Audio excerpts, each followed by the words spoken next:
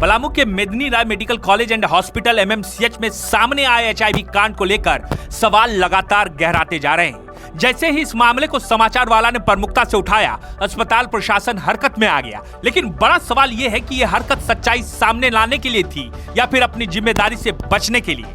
पलामू के civil surgeon doctor Anil Shrivastava और अस्पताल अधीक्षक डॉक्टर अजय कुमार ने एक प्रेस विज्ञप्ति जारी कर दावा किया कि अस्पताल की स्थिति अब पूरी तरह नियंत्रण में है। विज्ञप्ति में यह कहा गया कि 6 जून 2026 को एक प्रसूता का सिजेरियन ऑपरेशन किया गया था। ऑपरेशन से पहले अस्पताल के इन हाउस लैब में उपलब्ध रैपिड टेस्ट किट से एचआईवी जांच की गई थी, जिसमें रिपोर्ट निगेटिव आई और इसी रिपोर्ट के आधार पर ऑपरेशन किया गया। बाद में अस्पताल को जानकारी मिली कि संबंधित महिला पहले से एचआईवी पॉजिटिव थी और उसके पास एआरटी कार्ड भी था।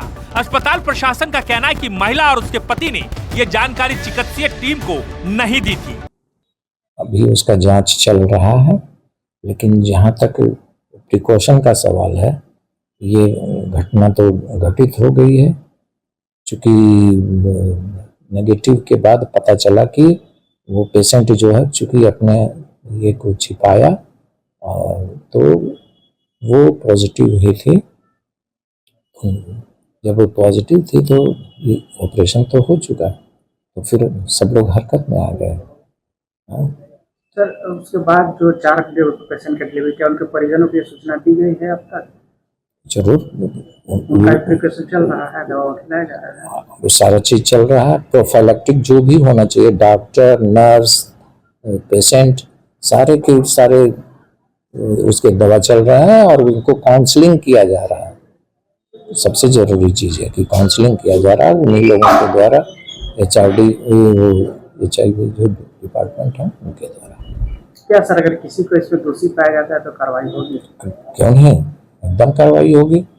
ये कोई इतनी आसान वाली बात तो है नहीं, एकदम कार्रवाई होगी। सही कहा आपने सुपरिटेंडेंट साहब, लेकिन सुपरिटेंडेंट साहब, जनता आपसे यह जानना चाहती है, अगर सब कुछ नियंत्रण में था तो उस ऑपरेशन थिएटर का क्या, जहां एचआईवी संक्रमित गर्भवती महिला का सिजेरियन ऑपरेशन किया गया। ऑपरेशन के बाद उसी ओटी में 4 से 5 अन्य महिलाओं का प्रसव कराया गया। क्या उन महिलाओं की सुरक्षा सुनिश्चित की गई थी? क्या सभी आवश्यक प्रोटोकॉल का पालन हुआ था? अगर भविष्य में किसी मरीज को या ऑपरेशन करने वाले डॉक्टर या फिर वो स्टाफ जिन्होंने बिना किसी विशेष सावधानी के मरीज और नवजात की देखभाल की संक्रमण की शिकायत होती है, तो उसकी जिम्मेदारी कौन लेगा? आप लेंगे या अस्पताल प्रबंधन? जरा ये भी बता दीजिए लेटर जारी करके। सवाल सिर्फ ऑपरेशन थिएटर तक सीमित नहीं है, सबसे बड़ा सवाल जांच प्रक्रिया पर भी उठ रहा है।